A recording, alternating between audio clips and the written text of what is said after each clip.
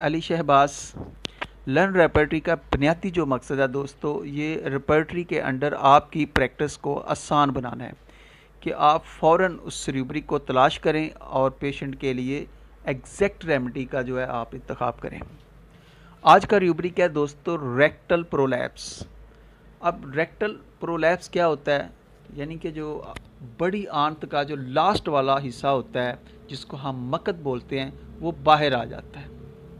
इसको कांच निकलना भी कहते हैं, इसको ढूंढरी का निकलना भी कहते हैं। अब इसकी मुख्तलिफ़ काजेज़ होती हैं। वो लोग जो बहुत ज़्यादा कब्ज़ का शिकार रहते हैं और पखाना करने के लिए वो बहुत ज़्यादा ज़ोर लगाते हैं, या वो पाइल्स बवासीर का शिकार रहते हैं, यूरिन करते वक्त वो बहुत ज़्यादा ज़ोर लगाते हैं और जो अज़लात इसको सपोर्ट दे रहे होते हैं वो कमज़ोर हो जाते हैं। ये एक बहुत ही तकलीफ़ दह कंडीशन है। इसमें बहुत ज़्यादा इचिंग होती है, बहुत ज़्यादा पेन होती है, बहुत ज़्यादा सोजिश हो सकती है। अब दोस्तों हमने इसका होम्योपैथिक ट्रीटमेंट करना है और इसके अंडर इस मुख्तलिफ इसके सब रूब्रिक को देखना है। तो इसके लिए सबसे पहले तो हम चैप्टर जो है वो ओपन करेंगे रेक्टम का।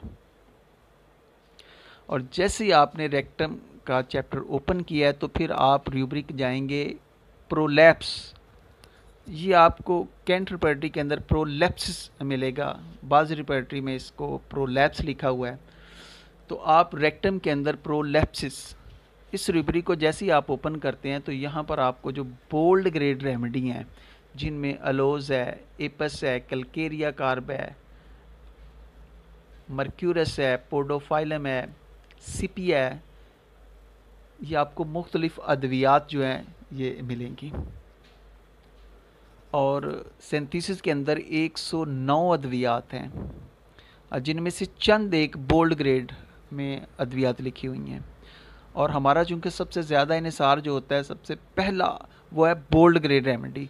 और कम से कम हमें इनको स्टडी करना चाहिए कि ये अगर NVR या नेक्स्ट वमीका में आप अगर रीड करते हैं तो आपको इसकी जो की सिम्टम्स होती है वो मिलती है इनएफेक्चुअल डिज़ायर ऑफ स्टूल, यानी कि मरीज़ को बार बार पखाना करने के लिए जाना जाता है लेकिन वो उसकी जो हाजत होती है वो फ्रूटलेस होती है, उसकी सेटिस्फिकेशन नहीं होती है।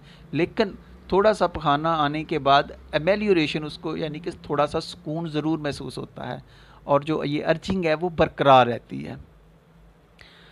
अच्छा, अब दोस्तों हम इसके मुख्तलिफ सब रूब्रिक को देखते हैं।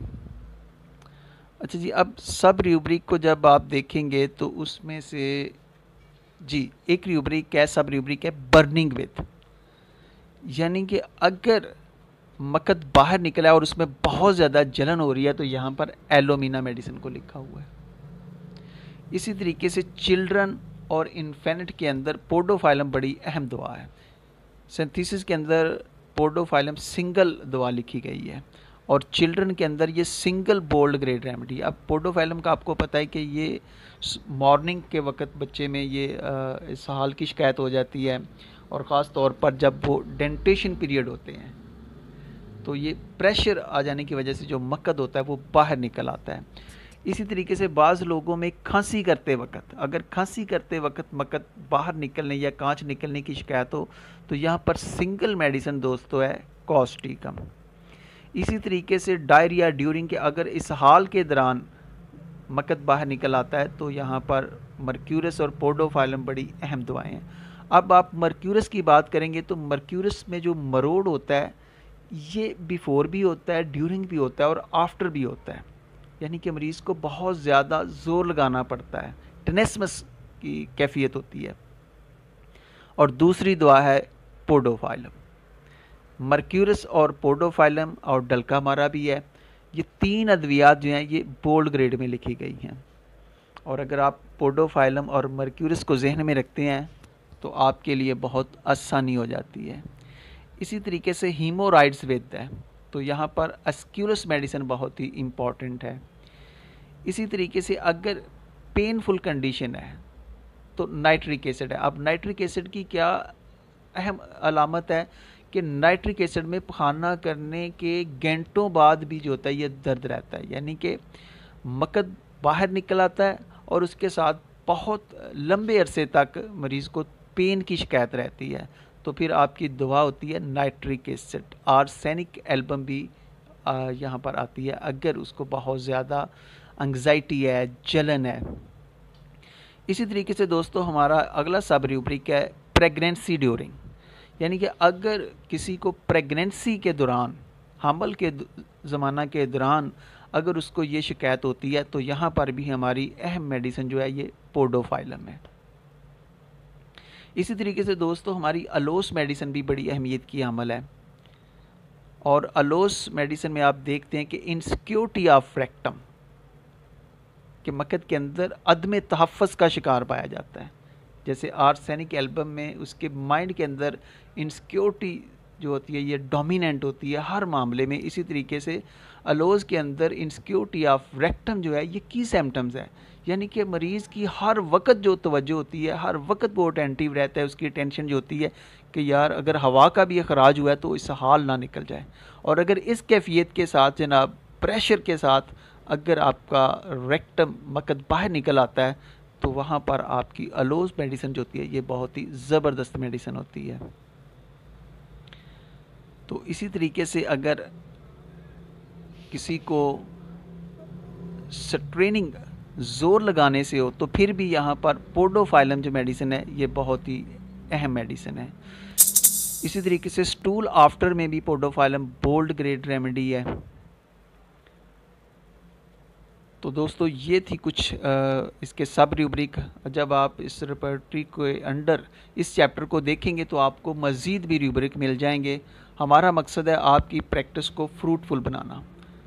हमारा मकसद है कि आप जो भी मेडिसिन की सिलेक्शन कर रहे हैं उसमें आपको आसानी फ़राहम करना, और ये आसानी तभी आपको हासिल होगी जब आप रेपर्टरी को समझेंगे। तो ये क्विक रेमेडी को तलाश करने के लिए एक इम्पॉर्टेंट टूल है आपके पास रेपर्टरी, कि आप उस मतलूबा चैप्टर में जाएं। आपको पता होना चाहिए कि जिस रूब्रिक को हमने तलाश करना है वो किस चैप्टर में है। तो यहाँ पर जो हमारा चैप्टर है वो है रेक्टम, और रेक्टम के अंदर हमने कांच निकलना या मकद के बाहर आने के लिए जो हमारा रूब्रिक है वो है प्रोलेप्सिस। जब आप प्रोलेप्सिस को क्लिक करेंगे तो फिर उसके नीचे आपको मुख्तलिफ सब रूब्रिक मिल जाएंगे, और वहाँ पर आप फाइनल मेडिसिन को सिलेक्ट कर सकते हैं कि जो कैफियत आपके पास। और बाज़ जगह पर सिंगल मेडिसिन होती है, बाज़ जगह पर 2 या 3 मेडिसिन होती हैं। जहाँ पर 2 या 3 मेडिसिन होती हैं तो फिर आपको मटीरिया मेडिका से हेल्प की ज़रूरत पड़ती है। आप 1-2 क्वेश्चन करते हैं कि क्या इस मरीज़ की अब अगर अलोस या मर्क्यूरस दवाई आ रही है फ़र्ज़ करें, या पोडोफाइलम आ रही है, 3 मेडिसिन है, तो फिर आपको पता होना चाहिए कि अलोस में क्या डोमिनेंट है, इसकी क्या की सिम्टम्स है, और मर्क्यूरस के अंदर क्या है। मर्क्यूरस का टेनेस्मस बड़ी अहमियत रखता है, अलोस के अंदर इनसिक्योरिटी ऑफ रेक्टम बड़ी अहमियत रखती है। तो इस तरीके से हम बड़ी आसानी के साथ उस रूब्रिक को तलाश कर सकते हैं और अपने पेशेंट के लिए बहुत ही शॉर्ट वक्त में जो है उसकी जो इम्पॉर्टेंट रेमेडी है, जो उसकी एग्जैक्ट रेमेडी है, जो उसकी एग्जैक्ट काज पे है, वो हम सेलेक्ट कर सकते हैं।